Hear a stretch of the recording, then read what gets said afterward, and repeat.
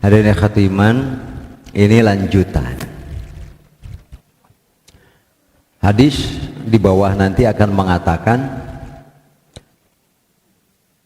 lam yatakallam fil mahdi illa salasah. Sedangkan hadis ini sahih riwayat Al-Bukhari dan lainnya. Tidak berbicara selagi masih dalam aisan, selagi masih dalam penyusuan ibunya, kecuali hanya 3. Hadis ini mengatakan kecuali hanya 3. Tetapi ternyata setelah saya baca-baca kitab-kitab dan referensi yang berkaitan dengan bayi-bayi yang sudah bisa bicara, bayi-bayi yang sudah bicara ternyata ada 8. Lalu bagaimana dengan hadis Bukhari ini yang hanya mengatakan ada 3? Kan begitu ya? Kalau bagi yang sudah biasa mengkaji dan meneliti Al-Quran, hadis-hadis, banyak yang secara lahiriah ta'arud. Kalau dalam istilah para ulama tafsir dan fikih mengatakan begini, istilahnya begini, pakai istilah yang sangat santun, ma zahiruhu at-ta'arud.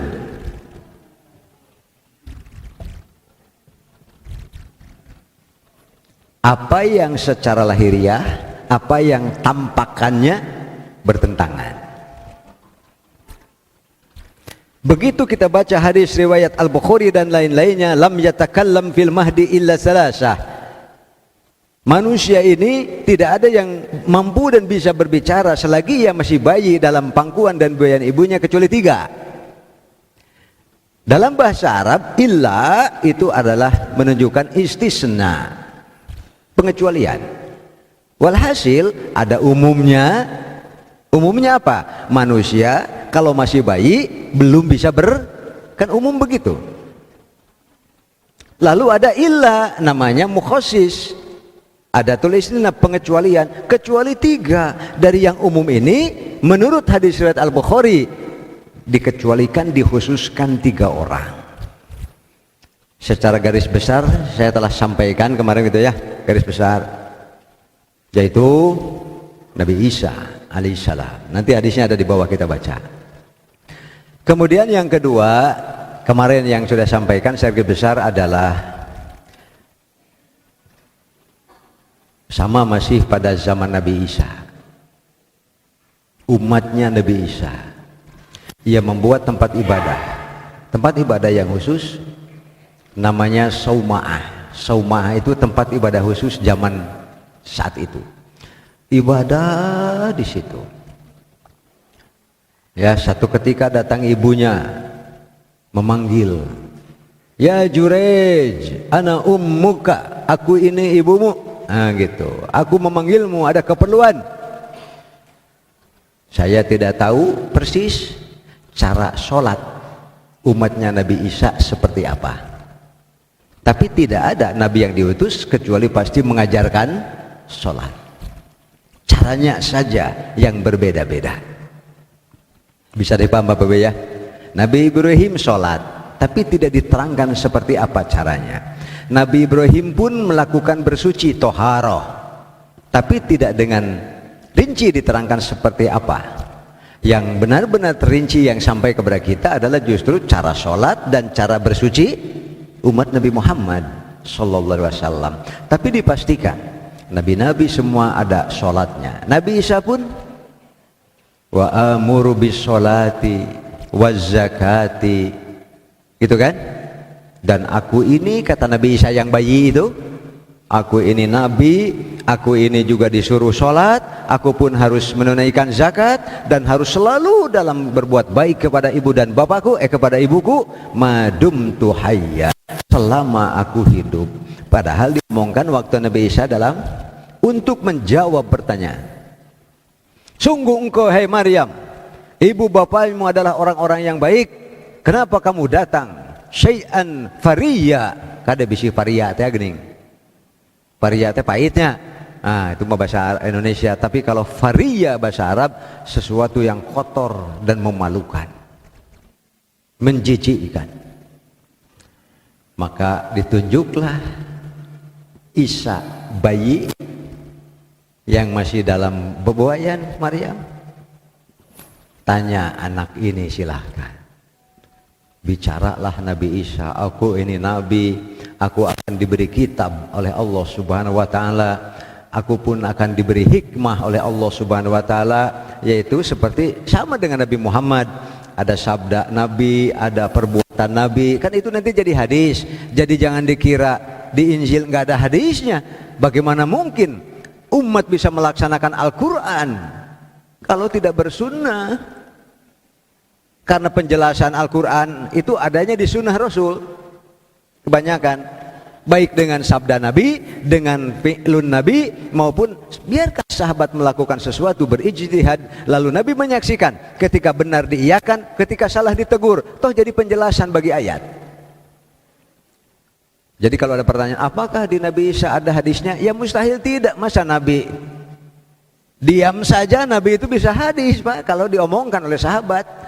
Lalu diamnya itu sampai kepada kita. Bisa dipahami ya? Jadi kalau ada pertanyaan, apakah pada Nabi Isa sama Injil dan hadis? Seperti begitu kan? Ya sama, atukan Nabi teh menerima wahyu itu rata-rata bentuknya adalah global. Nanti Nabi itu yang menjelaskan. Nah, penjelasan Nabi itu disebut kurang disebut sunnah Rasul. Nah, ternyata Nabi Isa menjelaskan, saya akan bisa menyembuhkan orang yang buta, saya bisa menyembuhkan penyakit kulit dan berbagai penyakit kulit, bahkan saya pun akan bisa pada saatnya nanti menghidupkan orang yang sudah mati. Bayi ngomong. Apakah mau berdebat dengan bayi? Ya Pak ya. Dari situ mereka tahu bahwa Isa adalah utusan Allah. Begitu Pak. Kalau Jurej, Jurej, aku ibumu manggilmu. Saya tidak tahu cara sholat seperti itu. Jurej ngomong, apakah aku segera memenuhi panggilan ibuku, atau aku akan teruskan saja sholat saya ini? Fa'akbala Jurejun ala sholatihi, dia lanjutkan sholatnya. Besoknya datang lagi, ibunya berkeperluan. Begitu lagi memanggil, Jurej lagi sholat karena saking rajin-rajinnya begitu. Sama ketika, ya Jurej anak ummuka, aku ini ibumu memanggilmu. Jurej berpikir atau berkata, apakah ibuku atau sholat ini? Kemudian Bapak Ibu, si Jurej terus melanjutkan. Akhirnya ibunya kesal juga. Oleh karena itu ini disimpan oleh Al-Bukhari di beberapa bab. Di antaranya hadis Jurej ini disimpan dalam babu birril walidain minal iman. Ketika anak birrul walidain berbakti kepada ibu bapa, itu adalah bagian dari iman. Kan iman banyak cabang, ya kan? Di antara cabang iman adalah birrul walidain. Akhirnya keluar Pak, sumpah serapah, ya Allah janganlah matikan anakku Jurej ini sebelum dia nanti digoda oleh para pelacur, gitu Pak. Motak kade bapak-bapak, barudak, anak-anak, bapak-bapak ge Pak, anggar bapak-bapak ge barudak, cek indungna mah sama. Ibu-ibu ge nya, ibu-ibu punya ibu bapak enggak? Apakah birrul walidain? Tidak. Jangan kita fokus ke anak, kamu harus berbakti kepada ibu bapakmu, kamu harus birrul walidain ke anak. Dirinya sendiri birrul walidain tidak kepada ibu bapaknya, baik ibu bapak yang masih ada ataupun ibu bapak yang sudah tidak ada. Apakah kita masih wajib berbuat baik kepada ibu bapak ketika ibu bapak kita sudah tidak ada? Masih wajib tidak? Ya masih atuh. Datang seseorang kepada Rasulullah, ya Rasulullah, hal abarruhuma ba'da mautihima, ibu saya sudah, inna abi wa ummi inna abawayya mata, ibu bapak saya sudah wafat. Apa abarruhuma ba'da mautihima, masih bisakah saya birrul walidain kepada ibu bapak saya padahal ibu bapak saya sudah wafat? Naam. Ya kan? Lanjutkan istighfar, mohonkan ampunan. Ingat ibu bapak, mohonkan ampunan. Ibu bapak diingat oleh kita, mohonkan ampunan. Kalau sekarang sudah di alam barzah, kan pilihannya ada azab kubur atau nikmat kubur. Bisi, bahasa Sunda mah bisi Pak, bahasa Indonesianya apa ya bisi? Khawatir, ya khawatir saja. Atau kalau ternyata ibu bapak kita itu ada kesalahan, ada dosa yang dulu pernah diperbuatnya, yang mengakibatkan harus diazab kubur. Semoga istighfar dari anak-anaknya bisa meringankan atau bahkan membebas. Kan begitu gunanya anak Pak. Buat apa kalau tidak begitu? Buat punya anak tidak begitu buat apa? Sekali lagi, kalau punya anak tapi tidak begitu kepada orang tuanya, jadi punya anak buat apa? Bikin susah-susah saja. Ya betul kan? Al-istighfaru lahuma, mohon ampunan bagi keduanya. Makanya ada yang mansus di Quran, ada kan? Rabbighfirli wali walidayya warhamhuma kama rabbayani shogiro. Ini di Quran.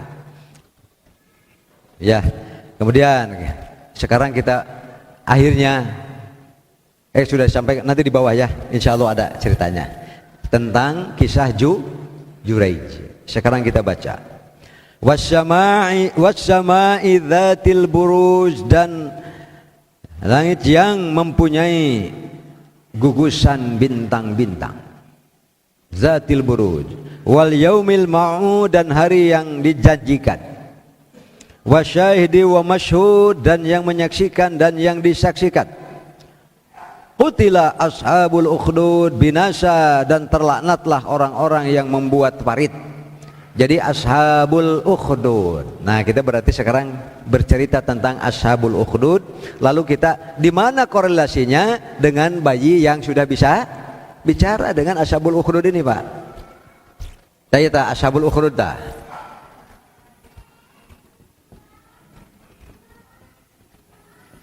Ukhdud gitu. Artinya ukhdud itu parit-parit. Apa kan nanti korelasinya dan kaitannya dengan tema kita kali ini, bayi yang bisa bicara. Kemudian idhum 'alaiha qu'ud, mereka didudukan berjajar di dalam parit yang sudah dipenuhi dengan kayu bakar yang menyala. Wa hum 'ala ma yaf'aluna bil mu'minina syuhud. Itu pemimpin yang membakar kaum muslimin saat itu namanya adalah Yusuf bin Sarahbil. Ini kalau kita barangkali jenderalnya Pak, pemimpinnya pada masa ini namanya Yusuf dulu. Nah gitu, Yusuf bin Sarahbil. Ada yang menyebut Syarhabil, ada Pak. Kalau saya bacanya Sarahbil atau Syurahbil. Kalau Arab Syurahbil ya. Ini pemimpin yang melakukan pembakaran terhadap kaum muslimin. Yang kaum muslimin itu semua ditangkap, mereka dilempar-lemparkan ke dalam parit. Mereka disuruh duduk berjajar di atas kayu bakar di dalam parit itu. Tidak ada yang bisa keluar. Tuh kisahnya dulu. Nah, pemimpin yang atau pemimpin ashabul ukhdud. Jadi ashabul ukhdud adalah bukan yang dibakarnya Pak. Bisa dipahami ya? Tapi tentara atau pasukan, kalau di kita mungkin Satpol PP mungkin ya, atau polisi gitu istilahnya, kerajaan yang menangkapi orang-orang yang beriman. Semua disuruh duduk di atas kayu bakar. Setelah mereka semua tertangkap dan duduk berjajar, barulah dibakar. hidup-hidup. Ya, begitulah dahulu, padahal maksudnya mempertahankan akidah la ilaha illallah. Ujiannya sampai seperti itu. Makanya pantas kalau Rasul mengatakan ad-dinu yusrun. Hei engkau kalian agama, hei engkau kalian umatku, umat Muhammad. Kalian ini sekarang beragama dengan cara yang enak, dengan cara yang ringan. Wala yushadad din, enggak disulit-sulit, diberat-berat agama ini oleh orangnya sendiri. Illa golabahu, akhirnya dia enggak bisa melaksanakan Islam. Padahal kadang-kadang pikirannya yang kacau. Tapi kalau diikuti alur syariah Islam itu yusrun, ringan. Karena Islam tidak akan pernah menuntut apapun di luar kemampuan yang disuruh oleh agama. Bisa dipaham Bapak ya?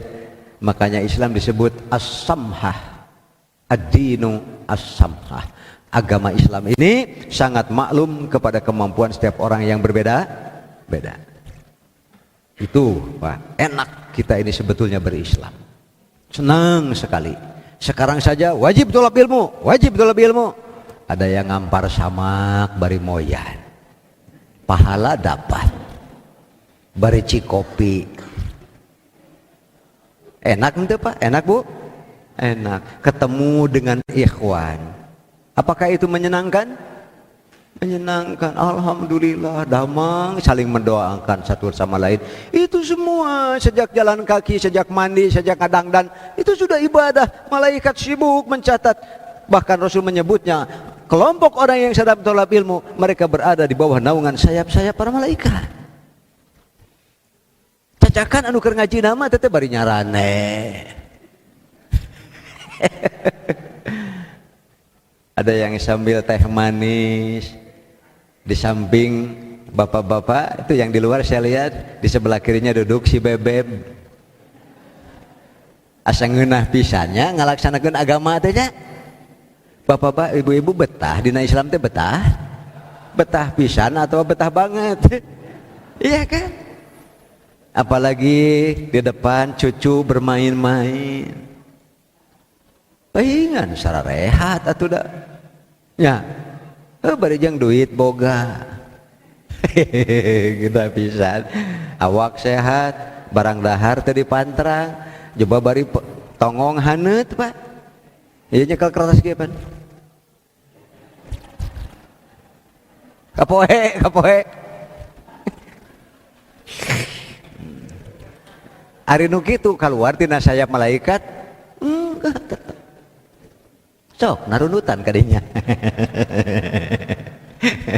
Damal keluar tina naungan sayap malaikat iya. Gitu Pak. Ad-dinu yusrun. Tapi kalau dulu tangkap lemparkan. Sedangkan paritnya lebar dan dalam, nggak ada orang yang bisa keluar. Setelah terkumpul semua dan habis orang beriman di situ, baru dibakar. Gitu.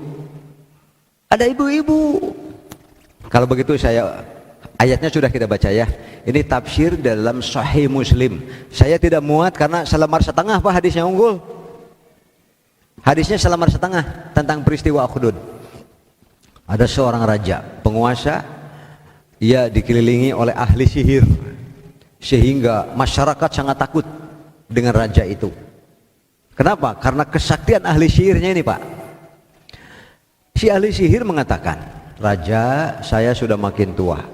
Carilah kader pemuda yang gagah, yang pemberani, yang cerdas, yang nanti mudah untuk diberi ilmu oleh saya." Dicarilah, disuruhlah orang untuk mencari pemuda. Didapati pemuda yang memenuhi syarat sesuai dengan kurikulum vitae-nya, memenuhi syarat. Akhirnya dilatihlah sihir Pak di kerajaan, sehingga dari keluarganya pergi untuk datang ke kerajaan belajar ilmu sihir. Ini dalam hadis riwayat Muslim panjang. Bolak-balik begitu setiap hari. Jadi cek bahasa Sunda didugdag. Ya, didugdag itu rumah pesantren, tidak tinggal di asrama, tidak mondok. Di satu ketika perjalanan bertemulah dengan seorang, kalau dalam istilah itu apa namanya, ustad lah, tapi zaman Nasrani, zaman Nabi Isa. Dan ini terjadi 500 tahun sebelum Nabi Muhammad diutus, berarti umat Nabi Isa. Jadi Ashabul Ukhdud alias yang dibakar ini 500 tahun sebelum Nabi Muhammad diutus. Tahun sekitar 500 sekian Masehi gitu kan. Nah, kemudian akhirnya belajar Pak ilmu agama kepada seorang rahib atau ustadz. Jadi mentok sekarang, nggak sampai ke kerajaan, bisa dipaham ya. Lalu ia merasa khawatir, Tuan Guru, kalau saya nanti ditanya, kemana kamu tidak belajar? Pamannya begitu, saya harus jawab apa? Bilang saja ada urusan keluarga. Bisa dipaham Pak? Bilang saja ada urusan keluarga. Saya ditahan oleh keluarga saya hari ini sehingga saya tidak masuk kelas sihir. Tapi bagaimana kalau saya kan sering pulang terlambat dari sini, pulang ke rumah, kalau ibu bapak saya tanya, ya sudah bilang saja ini sihirnya sekarang kelasnya ada tambahan. Akhirnya dia terus daripada begitu, walaupun berbohong. Makin hebat, makin hebat, makin hebat. Ilmu apanya? Ilmu agamanya, ilmu Islamnya. Tapi juga ke tempat sihir datang sekali-kali, bisa dipaham ya. Jadi dia ilmu sihir paham, ilmu agama paham, yang bersumber dari Injil. Ternyata di kampung tersebut ada makhluk yang menyeramkan, yang selalu mencegat orang, bahkan membunuh orang-orang. Maka tampillah pemuda ini, disuruh oleh gurunya, oleh guru ngaji, Pak, kamu coba, apakah ilmu dariku? Jadi selain dalam bahasa Sunda nih, selain ilmu agama juga belajar ilmu kanuragan, kepandaian berkelahi, kepandaian perang dan sebagainya. Ternyata gurunya tuh guru mumpuni, ditambah dengan ilmu sihir, sehingga kalau orang menyihir dia tahu harus seperti apa. Dihadapilah, ternyata makhluk itu berhasil dibanting sampai mati. Damai, terkenallah orang ini Pak, jadi ustad. Kalau orang Garut biasanya kalau masih muda sudah jadi ustad, sok disebut aceng, enceng atau aceng. Aceng, ceng ustad, itu tuh berarti gelaran sebutan dari masyarakat untuk pemuda tapi sudah jadi guru ngaji gitu. Akhirnya terkenal, banyak yang masuk Islam, disebutlah Nasrani gitu kan, banyak yang masuk Islam. Lama kelamaan terciumlah oleh raja. Bisa dipaham Pak? Begitu peristiwanya. Ternyata orang ini sudah banyak muridnya sekarang yang masuk Islam. Diperintahkanlah, siapa tadi yang namanya tuh kepala Satpol PP itu, tapi Satpol PP-nya raja masa itu Pak ya, bukan yang sekarang. Kepala polisi gitu, ditangkapi semua orang, dibikinlah parit yang besar, dibakarlah di situ.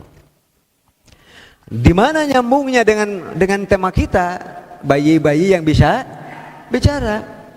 Ada seorang ibu yang ditarik-tarik ya, menimang bayinya, ditarik-tarik supaya dimasukkan ke sana, ia melawan, tidak mau, dilempar ke kalau cuma saya boleh, tapi kan saya punya bayi.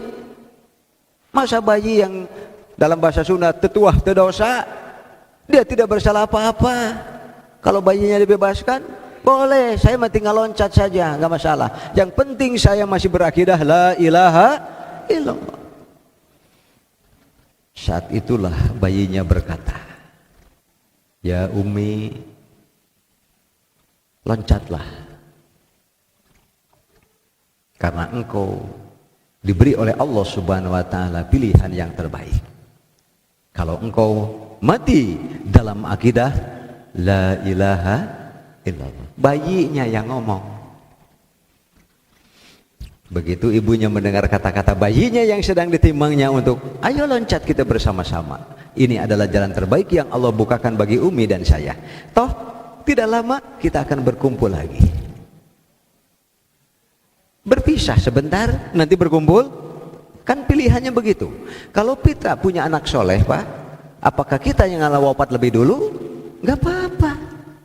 Bisa dipaham, Pak? Atau anak kita yang wafat lebih dulu? Ridho.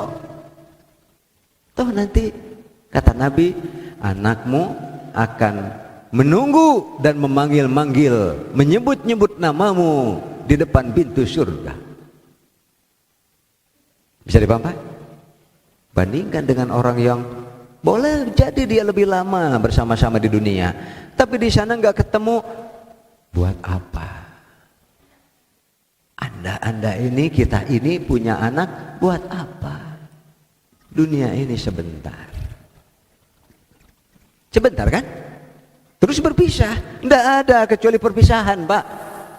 Bu, yang namanya hidup itu tidak ada kecuali tema akhirnya perpisahan. Oh, tapi kan matinya bareng. Walaupun matinya bareng, tetap saja perpisahan. Dipisah dulu. Apakah nanti bertemu dalam keadaan bahagia? Atau justru bisa jadi bertemu, yang satunya menjerit-jerit memanggil, mama, mama, ini Ujang, anak mama, gak bisa menolong. Buat apa? Kan itu kan? Ini pelajaran dari Ashabul Ukhdud. Tidak apa-apa sekarang kita berpisah, asal nanti kita bertemu lagi dalam keadaan lebih bahagia di surga Allah Subhanahu wa ta'ala. Makanya kita harus pegang prinsip, apapun yang terjadi dan ujian kita saat ini, hadapi dengan sabar dan tawakal. Toh kita punya Allah.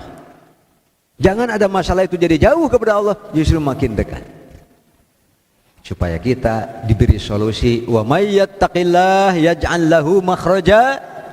Kalau memang kita berhadapan dengan masalah itu, dihadapi dengan ketakwaan, solusinya nanti Allah yang beri. Ayo iman, takwa, sabar saja. Tahu nanti solusinya Allah yang beri.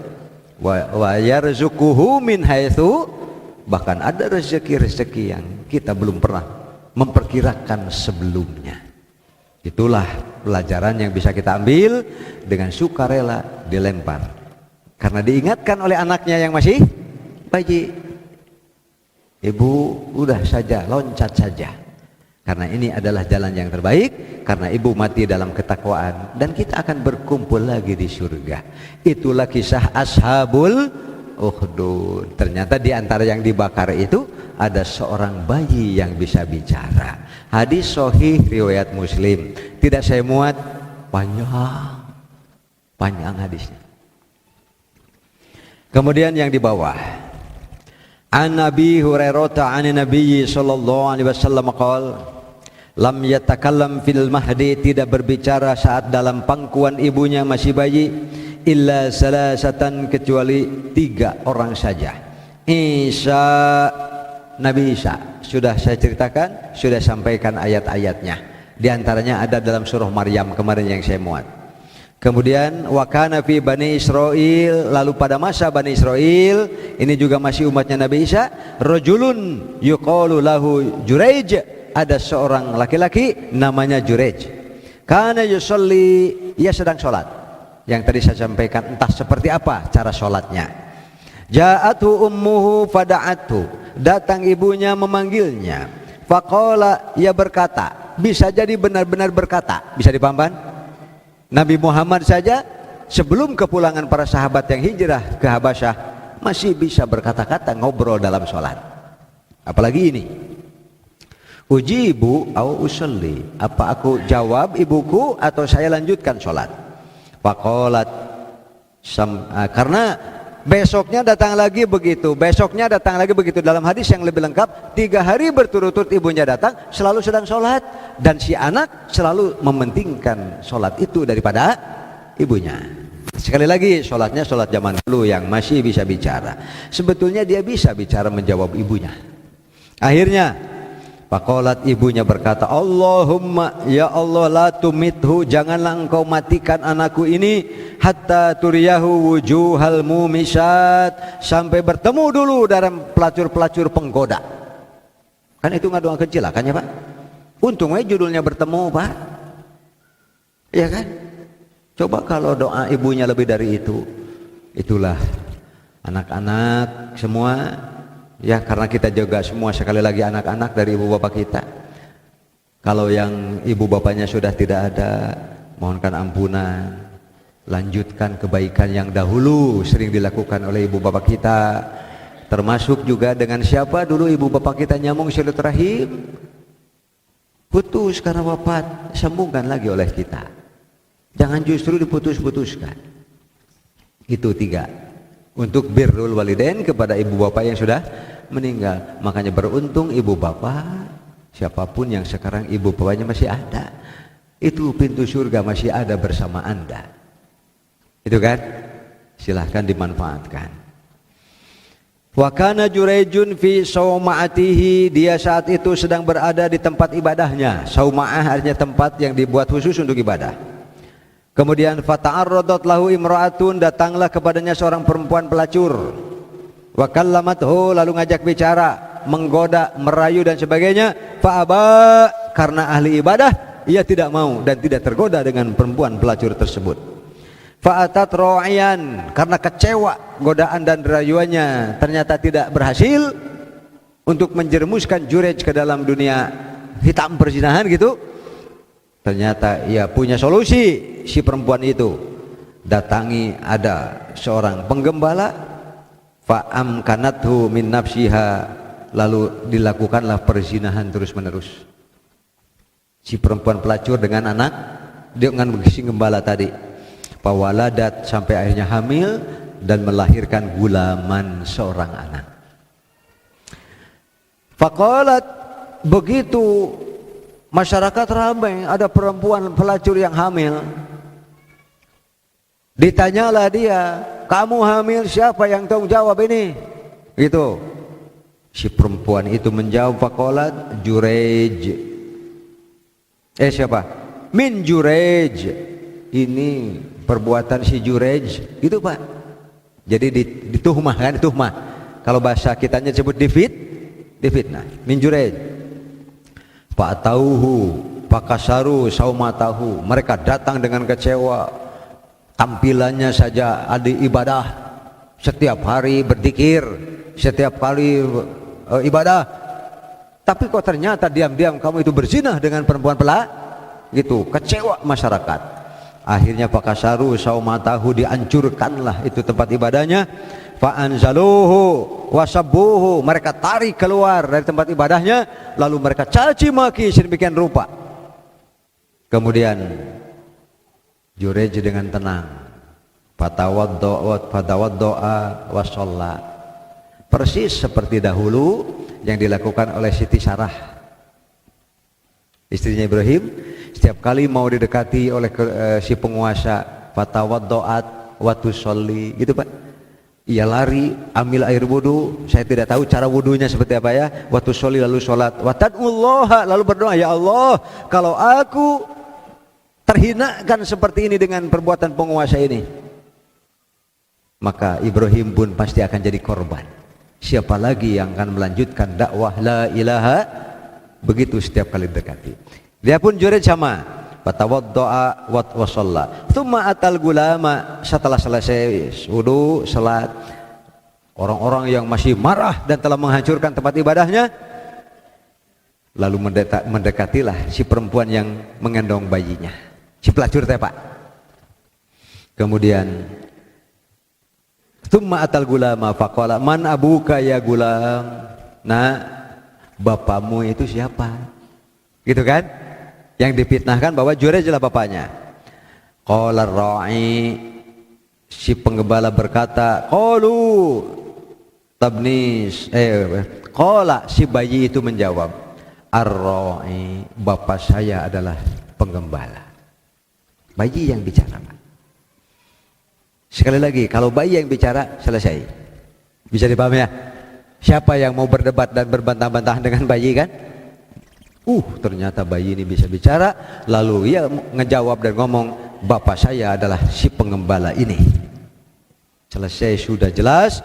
Makanya kemudian kalau mereka menyesal telah terprovokasi dan atas fitnahan daripada seorang pelacur itu, Kemudian mereka berkata, nabni sauma'ataka min dhahab. Barangkali kalau di kita mungkin, Ustadz, kami mohon maaf, menyesal sekali, bagaimana kalau tempat ibadahmu kami bangun kembali, bahkan bahannya dari emas, jangan dari tanah gitu.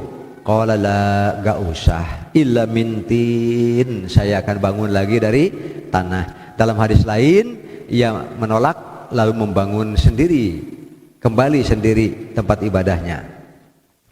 Kemudian wa kanat imra'atun tardi'u ibnan laha min bani Israel. Satu lagi ada peristiwa, nanti Bapak Ibu tinggal menjumlahkan saja. Ada seorang perempuan juga masih dari Bani Israel.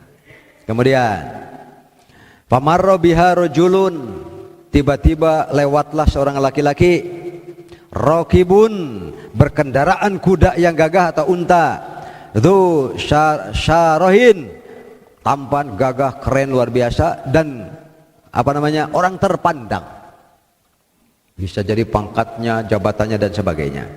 Faqalat, si ibu yang sedang menyusui bayinya, demi melihat ada laki-laki yang gagah, berwibawa, berpangkat, tua dan sebagainya, langsung ia memohon kepada Allah harapan untuk anak, masa depan anaknya. Allahumma ja'al ibni mislahu, ya Allah jadikanlah anak saya nasib baiknya seperti laki-laki lewat, gagah, bermartabat, berwibawa, berpangkat, berjabatan tinggi dan sebagainya. Pataroka sadiyaha, tiba-tiba saja si bayi yang sedang menyusu mendengar ibunya berdoa, ya Allah jadikanlah anak saya gagahnya, menterengnya seperti itu. Si anak pun melepaskan penyusuannya. Si bayi itu turdi'u ibnan laha, kemudian wa aqbala ala raqib, lalu ia menghadapkan wajahnya ke si penunggang kuda. Faqala, si bayi itu yang berkata, Allahumma la taj'al mislahu, ya Allah janganlah engkau jadikan aku seperti dia. Bayi yang bicara. Ini pada masa Bani Israel, umatnya Nabi Isa. Kemudian summa aqbala ala sajihi, setelah berdoa si bayi juga balik lagi nyusu. Ya massuhu, kemudian qala Abu Hurairah berkata, ka'anni anzuru, alumaj'al, kelewatnya raqibun, betul. Fataraka sajaha wa aqbala ar-raqib faqala Allahumma la taj'al mislahu tsumma aqbala ala sajihi yamassuhu, lagi ya menyusul lagi. Qala Abu Hurairah ka'anni anzuru ila Nabi sallallahu alaihi wasallam yamassu isba'ahu, saya seperti Nabi waktu itu Nabi menerangkan bayinya kembali menyusu sambil beliau mengisapkan jempolnya, begitu mempraktekkan. Lalu si anak itu kembali gitu menyusu ke ibunya. Tsumma marra bi amatin, setelah itu lewatlah seorang perempuan hamba sahaya.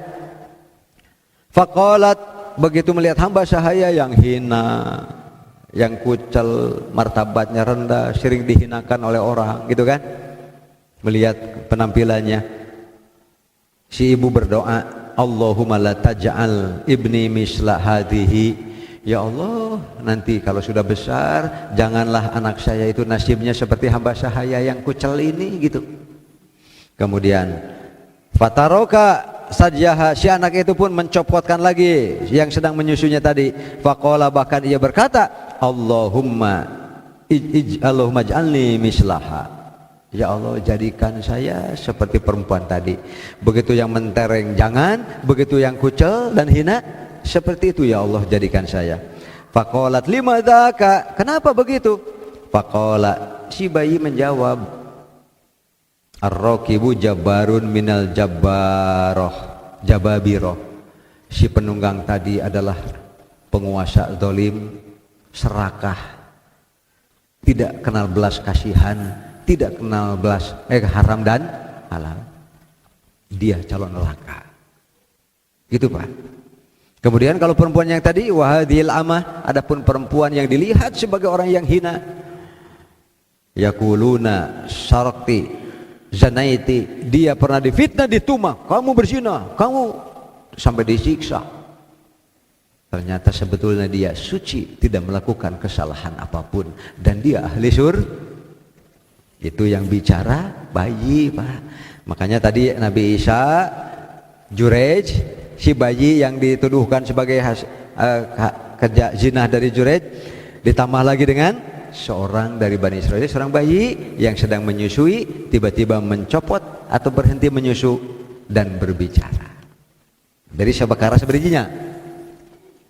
Ada pertanyaan baru 3. Tamun pertanyaan kudu pakai kacamata. Margi teu apal. Apa nih? Bismillah, Pak Ustadz izin bertanya. Kalau orang tua menghina anaknya, lalu anaknya marah, apakah durhaka anak tersebut? Kok bingung ya. Kok ada orang tua menghina anaknya? Orang tua menghina anaknya berarti menghina darah dagingnya sendiri. Mudah-mudahan gak ada ya.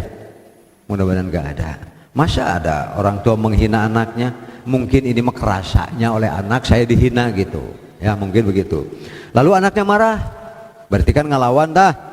Apakah durhaka anak tersebut walaupun ibunya menangis setelah dibentak atau dimeri anaknya karena merasa terhina? Oh, itu pertanyaannya. Pertama, Bapak Ibu, yang durhaka, yang bisa durhaka itu bukan cuma anak.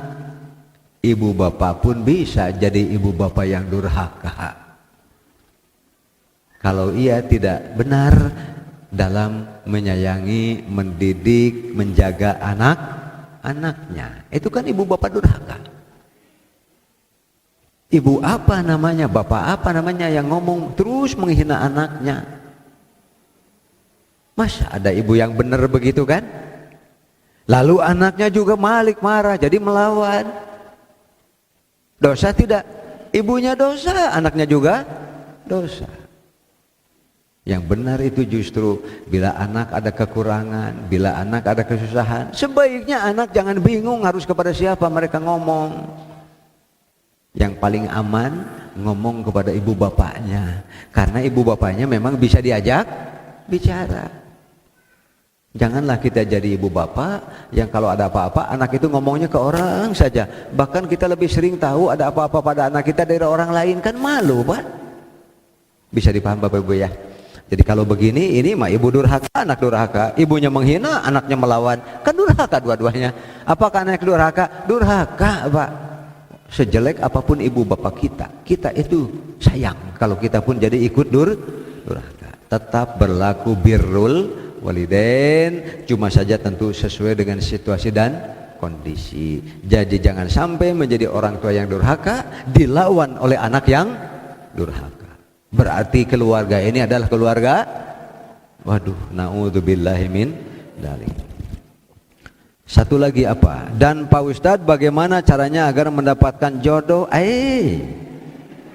Pendidik teh seueur duda-duda, duren, malah nu bujangan ge aya. Caranya agar mendapatkan jodoh, karena banyak teman saya sudah tua belum berjodoh. Terima kasih, sama-sama. Kalau banyak menya tenang we atuh. Kalau yang belum dapat jodoh cuma 1 orang baru gemper. Kalau banyak mah tuh tenang we, geuning batur ge aya nu acannya. Ya, bagaimana caranya? Ya manusia itu berusaha dan berdoa. Kalau nggak bisa cari sendiri ya minta bantuan lah. Ngentong ka ustad titik. Kita karena ustad bukan biro jodoh. Ya silahkan ya.